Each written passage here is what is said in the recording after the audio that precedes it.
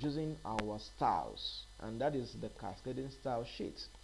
Now to style this a little bit, I'm going to have it, I will have it divided into two. So I will have two sections, so pretty much like a Facebook login section. So I have one section for just image, and the second section would be the for the form. So I'm going to divide my screen into two. That's what I want to do. Now to do that, I would have this, I'm going to create two sections, so I can call it division. So let's say I create a div to container. So this is container 1 and this is container 2.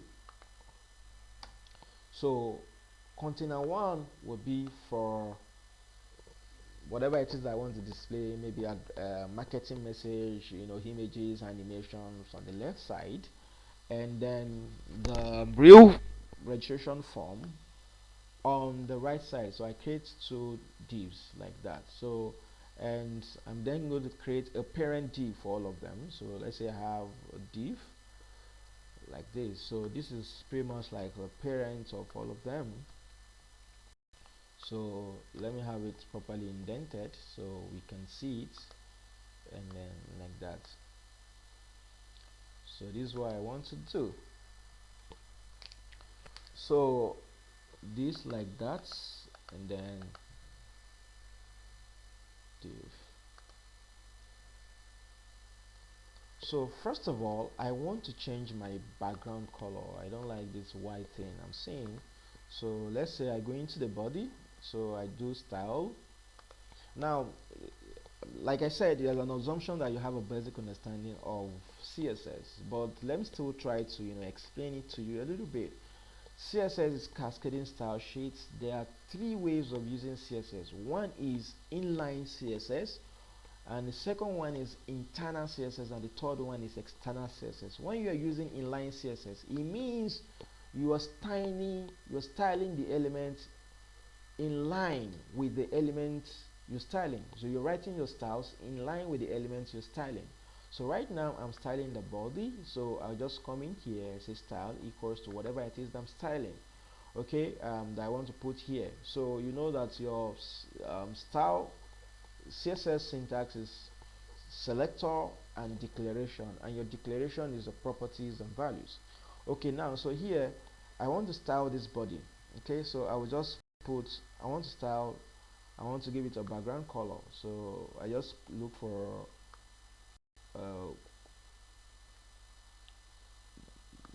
pretty much a good color. So let's say I select that and I have this like this. Now I can have this way. So my page background has changed, but rather than writing it as inline, I just came into the body and I wrote the background for it. Rather than writing it in line, I could write it internally. So writing your internal CSS would be like this. You write a style tag like that. Then the CSS syntax is selector. I'm just explaining a little bit. I'm going to take this off. I'm just explaining for those that might have some doubts. And then like this. So selector, and let's say declaration. This is declaration. So selector in CSS is a way of looking for the element to be styled. So essentially, like I said, CSS is used in styling your web page. You must have that web page on ground before you can style it. You cannot paint a building that you don't have. So for you to beautify a building, you must have an erected building. Alright, so for you to write a CSS and you want to beautify a page, that page must exist. So selector is trying to look for what to style. Like you can see, we have several form elements here. We have body, we have div, we have form, we have input. Now which one of them do I want to style? This will be the selector. So selector is a way of finding the element to be styled. So I can specify body, I can specify form, I can specify a div. This is the element I want to style, and the declaration is how I want to style it. I want to give it a background, which color? I want to give it a height, what height? I want to give it a width, which height, which width? I want to float it to which side? I want to give it a background, a border color, border radius, how much? Background color, what? Font color, font weight, what size, and all of that. So this is the declaration that you're going to put here. So selector is what you're styling, and the declaration is how you're styling it. Okay, so in this case, what I'm styling will be the body. Let's say I'm styling the body, and then I put the declaration here, and I say property. The declaration itself is broken into property value pair. So the property is background color, for instance. So I say background color, and let's say I use the same color or a different color. Okay, so if I do this, now you will see something.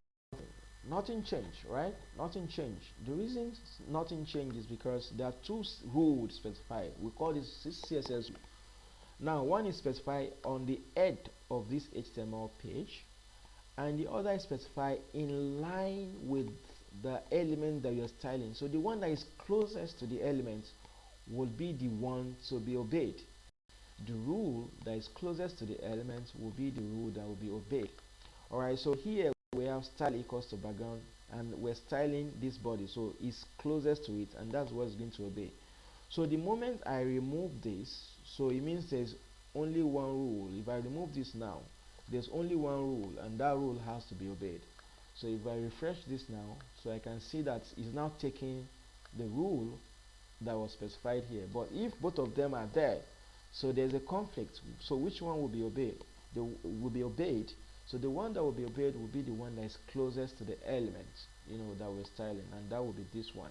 So this is the same thing as this, but why this one is internal way of style, is inline way of styling CSS, this one is internal way of styling it. Is you declare it somewhere, and then because this is the body that you specified, and then what you're styling is your automatically the body.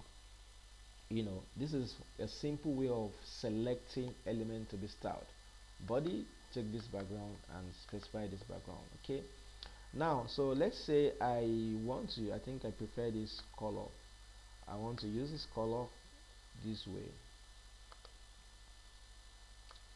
I want to use this color this way. I have this like this. Aha. Now I'm going to take this off.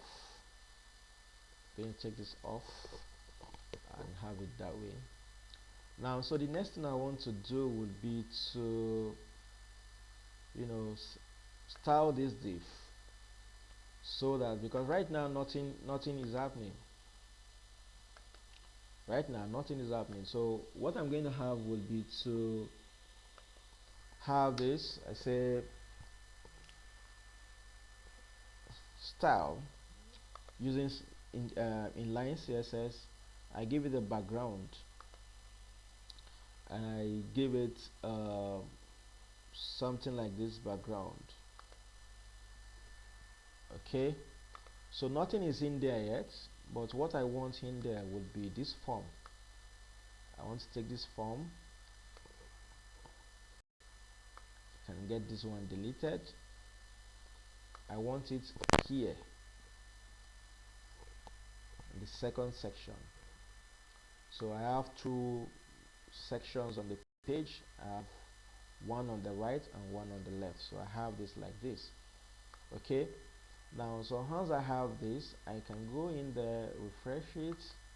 So I have something that my form is living on. Now to further style this, I want it to have there's no space between this form and the circumference of this underlay. So I want some spacings and some tidiness. So to do that, this is the section, this is the container.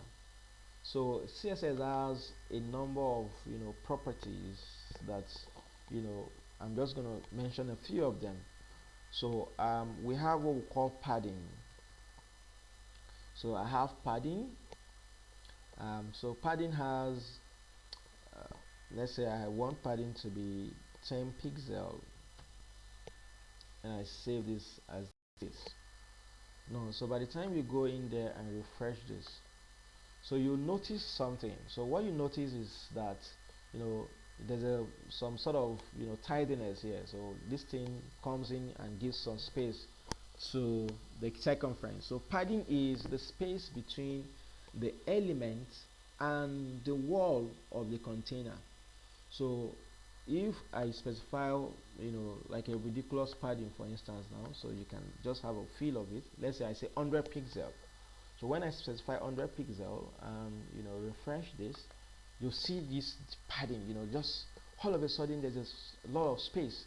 So you can feel what a padding is. The difference, the space between the element, the content and the container, the wall of the container. That is what a padding is. Okay, but this is not what I want. This padding is too much, so I'm just going to leave it as, say, like 15 pixel. This is what I want, like that. And then on the right hand side I want something to be there, and on the left hand side I want something to be there.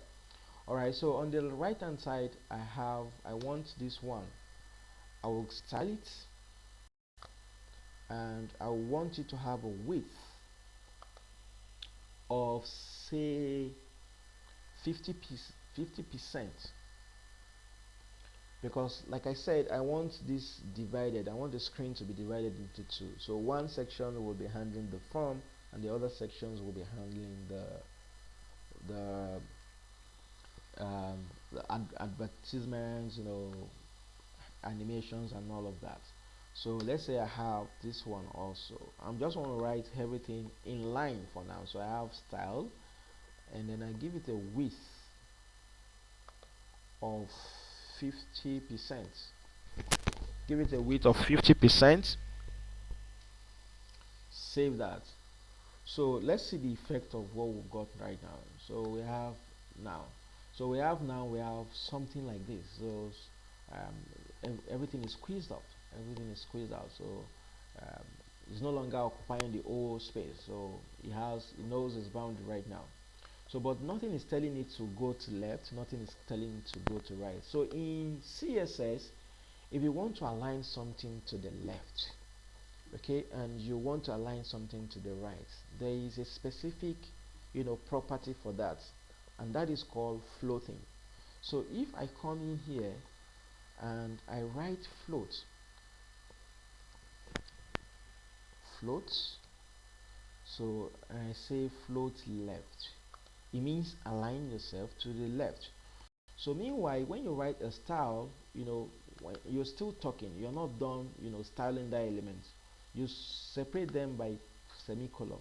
So you say width, you specify the width. Height, you specify the height, semicolon. Background, you specify the background color, semicolon. You keep on mentioning like that. So each one you terminate it with a semicolon, and then you mention the next one. So you have style width equals to 50%. Also this would be floated.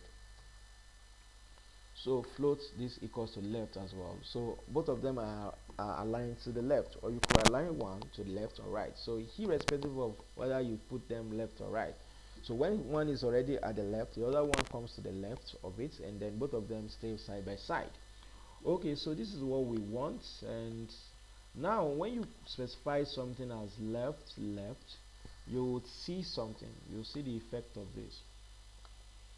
So the effect of this is there's now an overlap, and that is because the floating is still in command. So what we'll do is, when we are done floating an element, you have to do clearing. You have to do clearing. So let's say div style equals to clear. Now when you're clearing, depending on what you have specified, if you have specified left as your float, so the only thing that you need to clear will be left. If you have specified right, the only thing that you have to clear will be right. Let's say what you use here is left, is right, right. Then when you're clearing, you clear right. But if you use right and left together, what you'll be clearing will be both. Will be both. That means you have used left and right. Okay. So, but in this case, what we've used is left. So I'm going to have, I will use left. So I say save. Then when I do that, it means I've cleared these floats, and then nothing is no longer floating. And so when I do this, so I have exactly what I want. So but then this first div doesn't contain anything, and that's why you can't see anything there. So this is my content. So let's say we'll just put something there, and so we have both of them that way.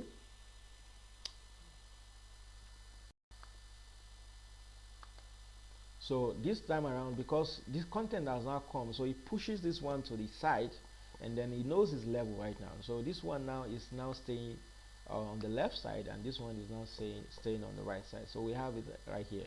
Now I don't like the fact that this my div is too close to, you know, to this bar here. So I want it space a little bit. I want it to equally space from the wall. I want it to, you know, centralize a little bit. Now, so when you want to centralize your div, what you have is to use a margin. So margin is, you know, the space between that element and the next element, or the between your element and the container, that's the web container. So you notice that CSS, most of this div are in box. Even your browser is equally a box. So that's what they call box model.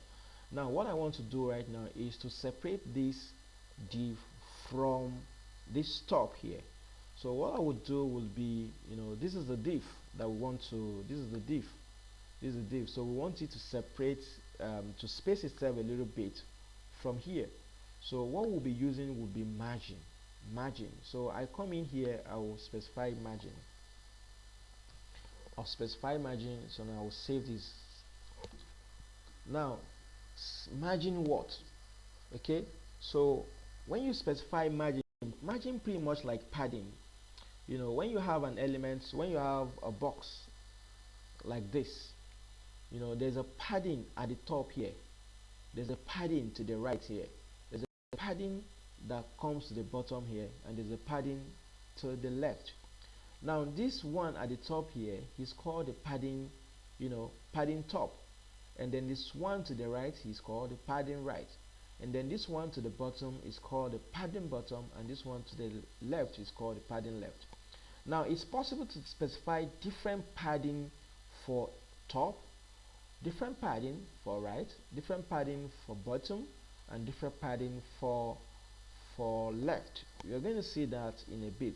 So the similarly, you can do that for margin as well. So you can say margin top, margin left, margin right, margin bottom. You're going to specify the space for them. But when you say margin, it means you're talking to all of them at the same time. The same way when you say padding, what you're saying is top, right, bottom, left. All of you take 15 pixels. So here when you specify also, you say margin 10 pixels. What you are saying is all of you take 10 pixels as your margin. So when you do that, you notice that there's a space in between here. So let me specify something that is significant that you could see, just something like 100 pixels for instance. So you could see the effect of that margin. Now when I say specify, space yourself 100 pixels from it, so you can see that there's a lot of space here now, okay, and there's a lot of space here, there's a lot of space here, and of course there's a lot of space to the bottom. Okay, that is your margin, the space between this element and the next element. Now this margin is not you know, it's still not tidy. That's not what I want. So what I want is, say, like a 50 pixel from top and right, and then so when I do this, for instance, let's say I say 10 pixel, 20 pixel, 30 pixel, and 40 pixel. So when I do this 10, 20, 30, 40, here what I've said is the top margin should be 10 pixels, the right margin should be 20 pixels, the bottom margin should be 30 pixels, and the left margin should be 40 pixels. Is clockwise, the way clock moves from top, starting from top and then going like that: top, right, left, bottom and left. Okay, so this is it. But then when you specify 2, let's say you specify 2, when you specify 2, this is talking to top and bottom and left and right. Then when you specify 1, you're talking to all of them. So when I say I'm talking to all of them, I want it to be centralized, then I'll use auto. So when I use auto, it means it should be centralized irrespective of the screen it finds itself, whether it's small screen, big screen, mobile phones and all of that. So when I refresh this now, so I see something that is centralized. But the reason you're not feeling that is because there's really no width.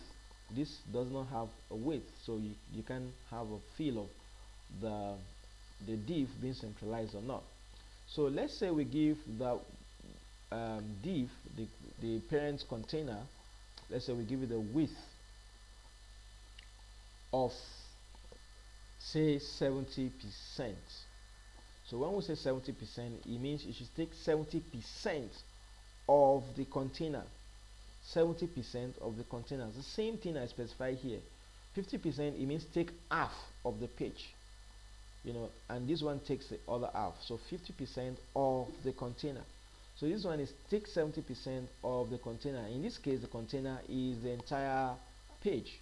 So when you do this now, it takes 70% of it, and then it's centralized like this. But then I want it to be like top 20 pixel margin rather. So let's say I have this one to be 20 pixel, I have that one to be auto, so I have this. Now I have something like this, and that comes down a little bit.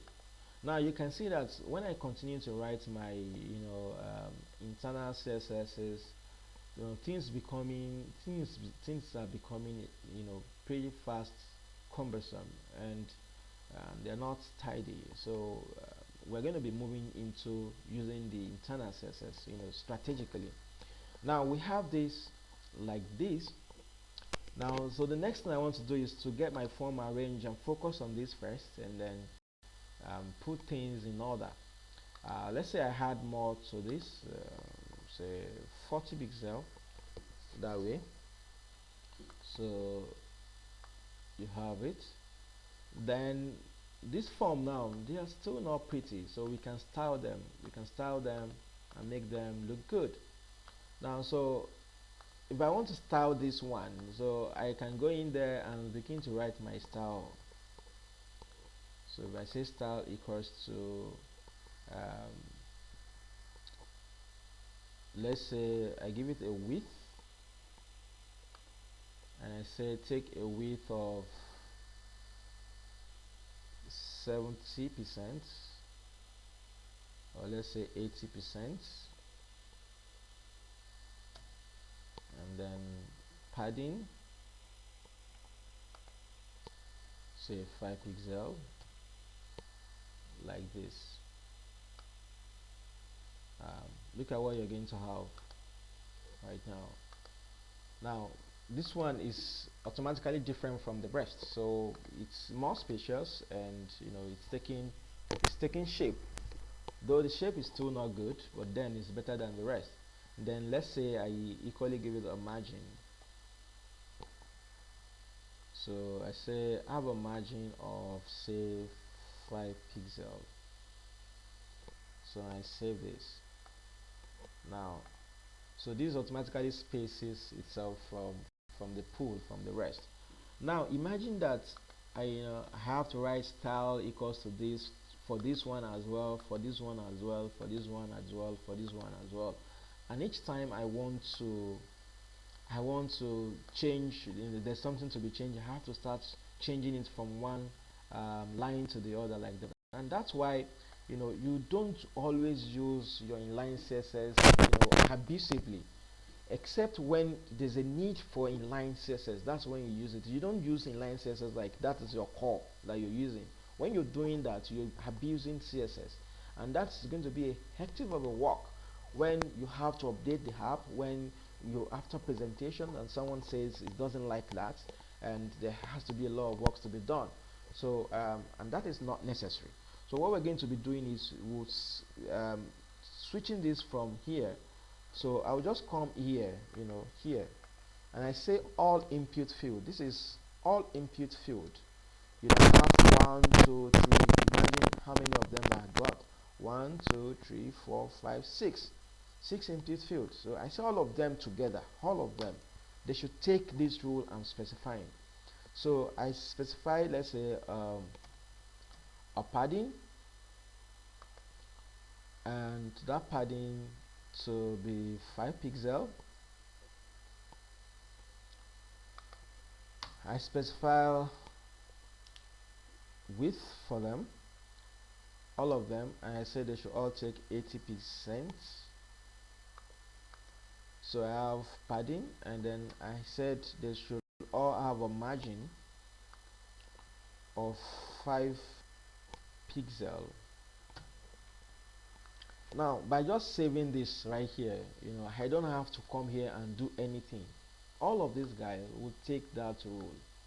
All of them take the rule. So I don't have to go to them and start writing, okay, you are the one, hey guy, you are the one I'm talking to. Because it's input and it belongs in the name I've mentioned, it's going to follow that rule. It takes the width of 80%, padding of 5 pixels, and margin of 5 pixels. Don't get it twisted. This is divided into two. Maybe I should have that colored, so we can have, let's say I come in here and I give this one a background color, so we can, for now we're going to change it back. So let's say I give it this kind of background color, so it's different from now. So when you have this, so this is a background, this is one section, this is another section, so you can have a clearer picture of it. So let's say I have background color as well, and I give it a totally different background, something like this. Now, so this is one side, this is the left side, and this is the one right side. So this one here is a 50% of this one. Everything on this right side is 50% of this container, and then everything on the left hand side is equally 50% of this container. Alright, so these forms are now taking 80% of their own container, so that's why you have them here. Now I'm going to remove that later on because of my design objective, and so I have this margin to be 5 pixels, like that. So let's say I have that 5 pixels, and I have this one to be auto.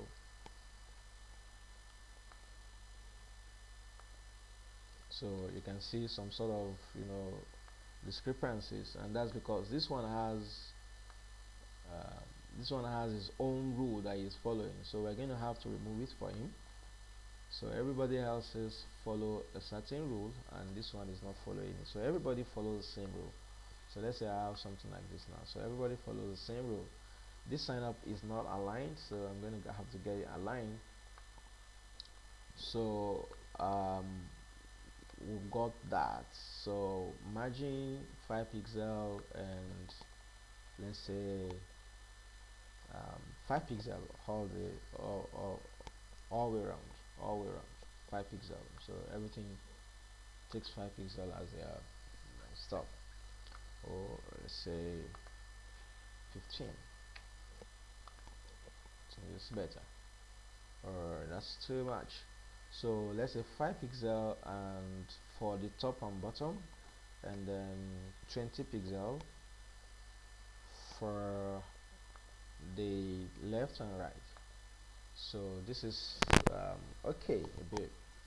Now, so we're getting there, we're getting close a little bit now. So we have this. like I said, I want to get things tidied up a little bit, so I'm going to stop using the line CSS, so I will just simply come here and use the internal CSS. Okay, so the next thing I want to have do is that I want to put this, I want to have it, make it have a border radius. Let's say I want this div to equally have a border radius. I want this div to have a border radius. I want this one too to have a border radius. So I can come in here. First of all, I can come in here and say, okay, this div, the container, let's say, or I can leave the container like that and say this one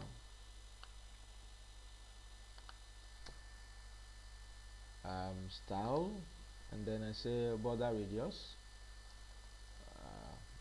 style equals to border radius.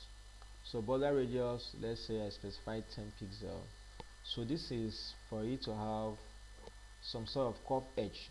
So if you look at it from its peers, you know, this one is different from the rest because we went in line and we specified that it should have border radius. So it has everything that all other input field has, but additionally is not having a curved edge like that. So rather than having to do it one after the other, I will just go into my input field and say all of you have a border radius of 10 pixel. So all of you have a border radius of 10 pixel.